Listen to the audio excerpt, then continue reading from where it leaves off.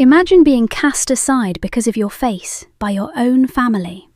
Sounds unbelievable, right? But Adanna was hated by her family just because of a scar on her face. She was even thrown into a well to die by her blood sister, but somehow survives. Find out how Adanna survived in this interesting story. Adanna lay at the bottom of the well for almost 3 days. She had stopped hoping and praying. She had stopped believing that anyone would come to save her. She was just waiting patiently for death to take her, until, on the 3rd day, when a man named Emeka arrived at the compound. He was a contractor, hired by Unoma to fix the old storage shed behind the main house. Its roof had collapsed during the last rainy season, and she had finally decided to fix it with some of the money gotten from Adanna's tin box. Emeka was a quiet man in his 40s, with broad shoulders and calloused hands. He had been working since dawn, measuring, cutting, hammering. By midday, when the sun was high and unforgiving, he decided to take a break. He had been holding his urine since morning, not wanting to use the family's indoor toilet, so he decided to find a spot outside. He walked to the backyard, behind the clothesline, past the old storage shed, toward the abandoned well. He had not been told about the well. No one had mentioned it. As he approached, he noticed something strange. The ground around the well was disturbed. Fresh footprints were visible around the mouth of the well, as well as scattered stones. These caught his attention, so he stopped and peered into the darkness. At first, he saw nothing, just darkness. Then he heard it, a sound similar to someone breathing faintly. Emeka leaned closer. "Hello?" Silence. He waited. Then he heard it again, a shallow, rattling breath. Someone was definitely down there. Emeka ran to their house. He banged on the door. "Who is at home? Please call for help. Someone is in the well." Unoma opened the door, her face irritated. "What are you talking about?" "There's someone in that well in the backyard. I heard someone breathing lightly down there. I'm certain I didn't mishear." Unoma's face did not change. "That well has not been used for years," she said flatly. "No one has any reason to go there." "Someone fell inside. I saw footsteps around the mouth of the well," Emeka insisted. "I just need you to call more people and get me a long rope. I'll go into the well myself." Unoma stared at him for a long moment. Then she shrugged. "I'm currently occupied with something now. You can do whatever you want, but don't blame me if you fall in and break your neck," she said as she closed the door. Emeka stood there, stunned. Someone might be dying in that well, and this was her response. He asked around for a rope, then got a flashlight. He went back to the well alone. He lowered the flashlight first. The beam cut through the darkness, and then he saw her. A young woman, curled on her side, half submerged in the murky water. Her clothes were torn, covered in mud and blood. She was not moving. Emeka's heart pounded. Hey, can you hear me?" No response. He tied the rope to the old wooden beam above the well. He tested it, pulling hard. It held. He climbed down. The stones were rough, cutting into his hands. The rope burned his palms, but he did not stop. When he reached the bottom, the cold water soaked through his boots. He waded to her side and knelt. He touched her neck to check for a purse, though it was weak, but there. "Thank God," he whispered. He lifted her carefully, cradling her in his arms. Her leg hung at an unnatural angle. Her lips were blue while her skin was cold. No one came. He looked up at the circle of sky so far above. He had climbed down alone. He would have to climb back up alone, while carrying her. But he couldn't. His arms were too weak, and the rope would not hold them both. So Emeka looped the rope around her waist, tying a secure knot. He climbed first, pulling himself up hand over hand. When he reached the top, he began to pull her up, inch by inch. Her body rose from the darkness. He pulled until she was at the edge, then lifted her over the stone wall, laying her gently on the dusty ground. She did not open her eyes. He checked her pulse again. It was still there. He ran to the main house again, banging on the door. "Call an ambulance, now!" Unoma opened the door again, this time with Chioma standing behind her. "What is all this noise?" Chioma asked, her voice annoyed. "I brought a young woman out of that well. She's barely alive." Chioma's face went pale. For a moment she said nothing. Then she looked at her mother. Unoma sighed. "Fine, I'll call." She did not ask who the woman was. She did not rush to see. She simply walked to the phone and dialed. Chioma stood frozen in the doorway, her hands trembling. As he waited alone for the ambulance to arrive, Emeka sat down outside, trying to understand what such a young girl was doing so close to an open well, but he couldn't figure out a reason. He did not know that the woman in the backyard was their daughter, their sister. He did not know that they had left her there to die. He only knew that he had found someone, and that he could not leave her. The ambulance arrived 30 minutes later. Paramedics lifted Adanna onto a stretcher, covering her with a blanket, attaching an oxygen mask to her face. He climbed into the ambulance and sat beside the unconscious woman.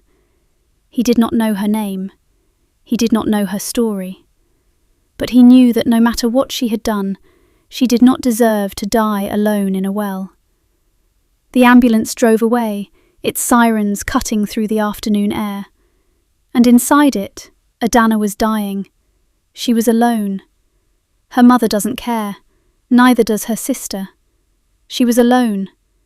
They had already forgotten her, even hoping that she died. But Adanna did not die, and she would remember everything. Adanna woke in a white room. She blinked, her vision blurry, her body heavy. Her leg was wrapped in a thick cast, elevated on a pillow. Her arms were bruised, her hands bandaged. An IV dripped slowly into her vein. She did not know where she was. Then she saw him. A man sat in a plastic chair beside her bed. He was in his 40s, broad-shouldered, with calloused hands resting on his knees. His clothes were dusty and he looked tired. "You're finally awake," he said quietly. Adanna tried to speak, but her throat was dry. He reached for a cup of water and held it to her lips. "Slowly," he said. She drank. "Where am I?" she whispered. "You're in the State General Hospital. I brought you here 2 days ago, after I found you in a well." The mention of the well brought memories back in fragments. How Chioma had tricked her to go there, then pushed her inside. How she suffered from a broken leg, the cold, the heartbreak. "You saved me," she said. Emeka nodded. "I was working at your compound 3 days ago. Your landlord wanted me to fix the storage shed. I went to the backyard to ease myself when I saw the footprints around the well." Adanna closed her eyes. Tears slipped from beneath her lids. "Thank you," she whispered. "Madam Unoma told me that no one uses that well anymore," Emeka said. "What were you doing so close to the well that you fell inside?" he asked. "What I was doing there, or who brought me there," Adanna said. "What do you mean?" Emeka asked as he leaned closer to Adanna. "Someone threw you into the well," he continued. "Ha! Let me tell you a story." Adanna began as she stares into the distance in a daze. She talked about her younger years, how everybody ignored her, how her only family despised her just because of something she had no hand in. She didn't leave any details out, nor stone untouched. She explained how she decided to work hard to get the money so she could clear the scar, the sacrifices she took, all the years she spent hustling.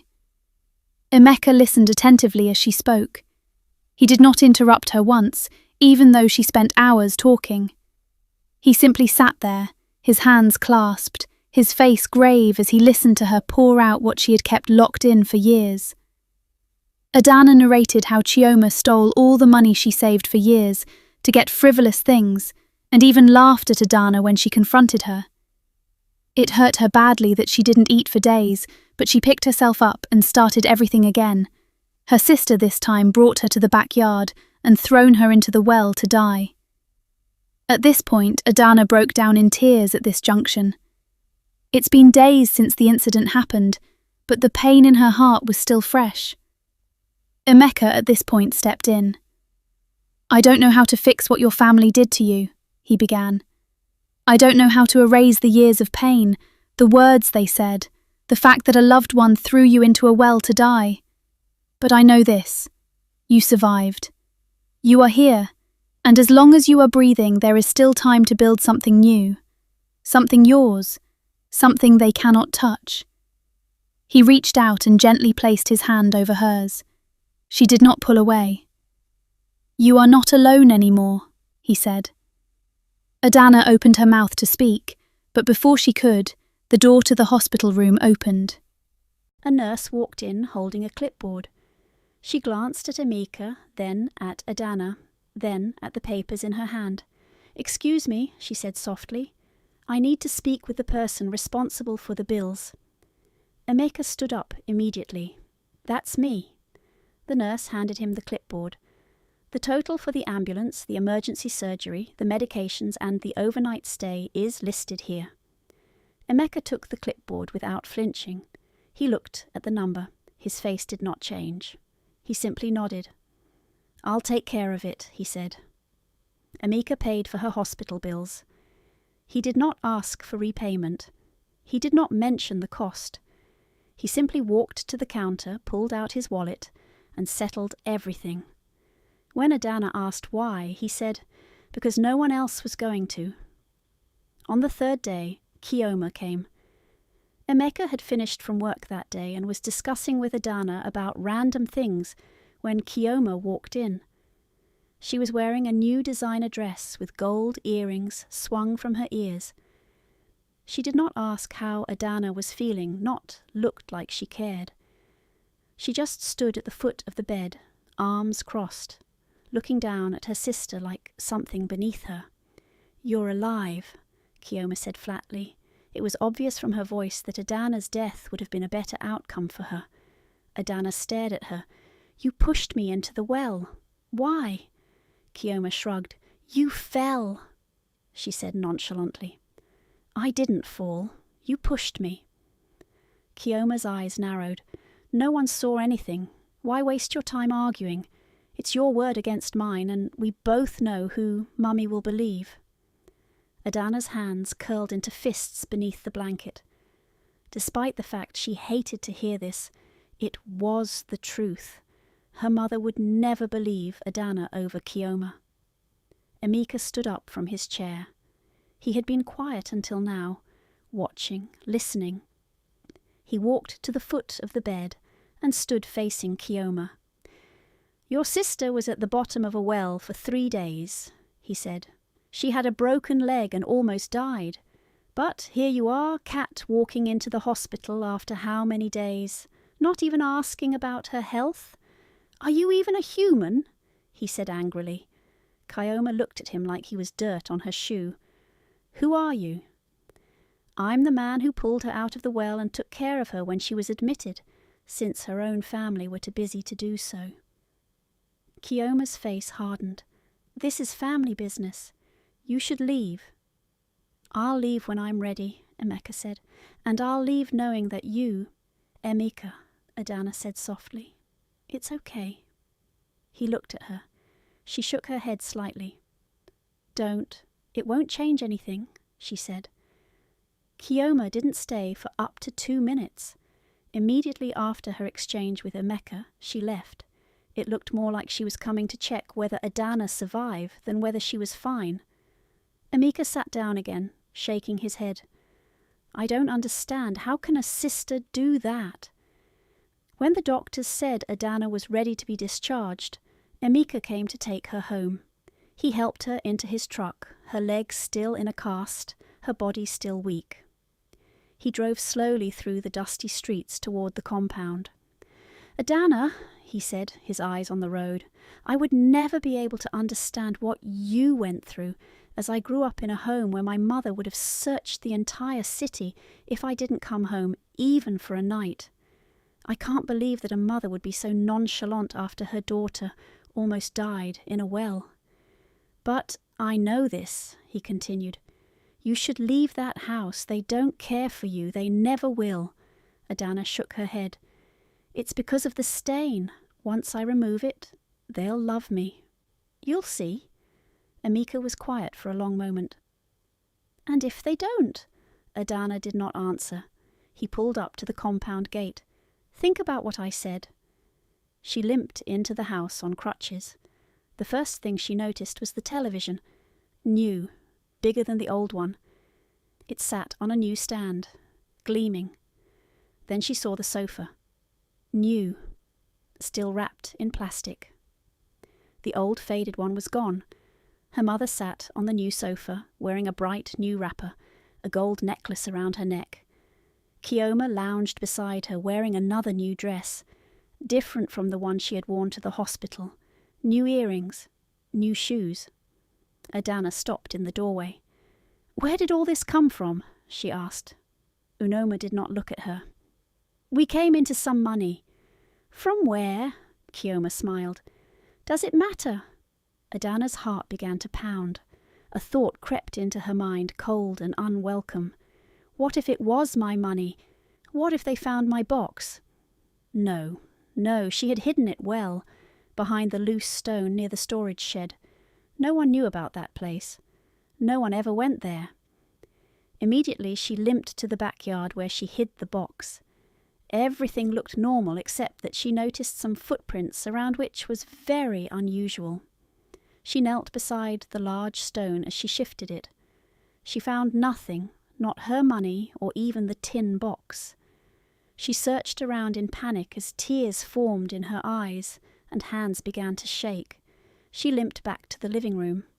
Where is my money? She asked, her voice low. Kioma did not look up from her phone. What money?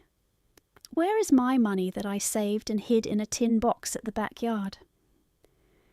Maybe you spent it and forgot, Unoma said casually as she kept her eyes on the television. I didn't spend anything from that money. It was in that box in the backyard. Kioma finally looked up. Oh, that money. We found it. We thought you had abandoned it when you ran away with that man. I didn't run away with anyone. Kioma pushed me into the well. She tried to kill me. Unoma waved her hand dismissively. Here we go again, always making up stories. It's not a story. Ask the man who saved me. Ask Emeka. He saw me in the well. He saw my leg. Kioma stood up. You fell. You've always been clumsy, always looking for attention with that ugly face of yours. Adanna's hands curled into fists. You stole my money. You spent it on yourselves, and you left me to die. She lunged at Kioma. Kioma stepped back, laughing.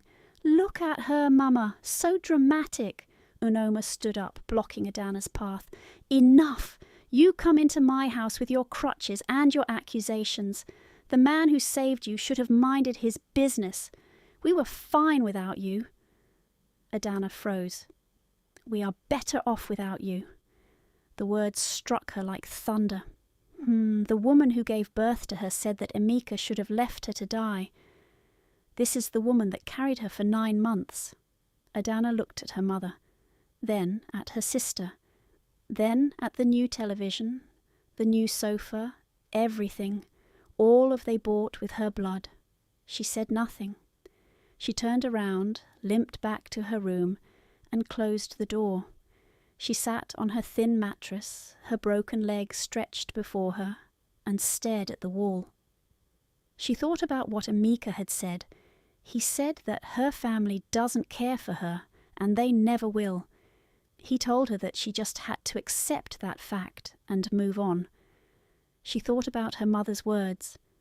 We are better off without you. She thought about Kioma, how she always hated her, mocked her, then she stole her money, threw her in the well and stole her money again. Nobody can predict what Kioma would do next, but she doesn't want to find out. She thought about the birthmark on her face, the stain she had carried since birth, the stain she had blamed for everything. Maybe it wasn't the stain, maybe it was them. She looked around her room as she thought about her life. She had nothing left. No money, no friends, no hope. Even her family hated her, but she still had her life. Emeka had given her that, and she decided that she would not waste it. She left that day. She packed nothing. There was nothing to pack. She took her crutches with her clothes on her back. She limped out of her room, through the living room, past her mother and sister, who did not look up, out the front door, down the dusty path, toward the gate. She did not look back. She walked until she reached the main road. She stood there waiting, not knowing where to go. Then a truck pulled up beside her. It was Emeka. "Get in," he said. She climbed in. "Where are we going?" she asked. "Away from here," he said. "Somewhere you can start over."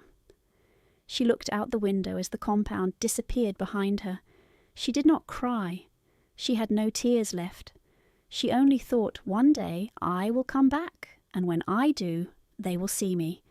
Not the stain, but me.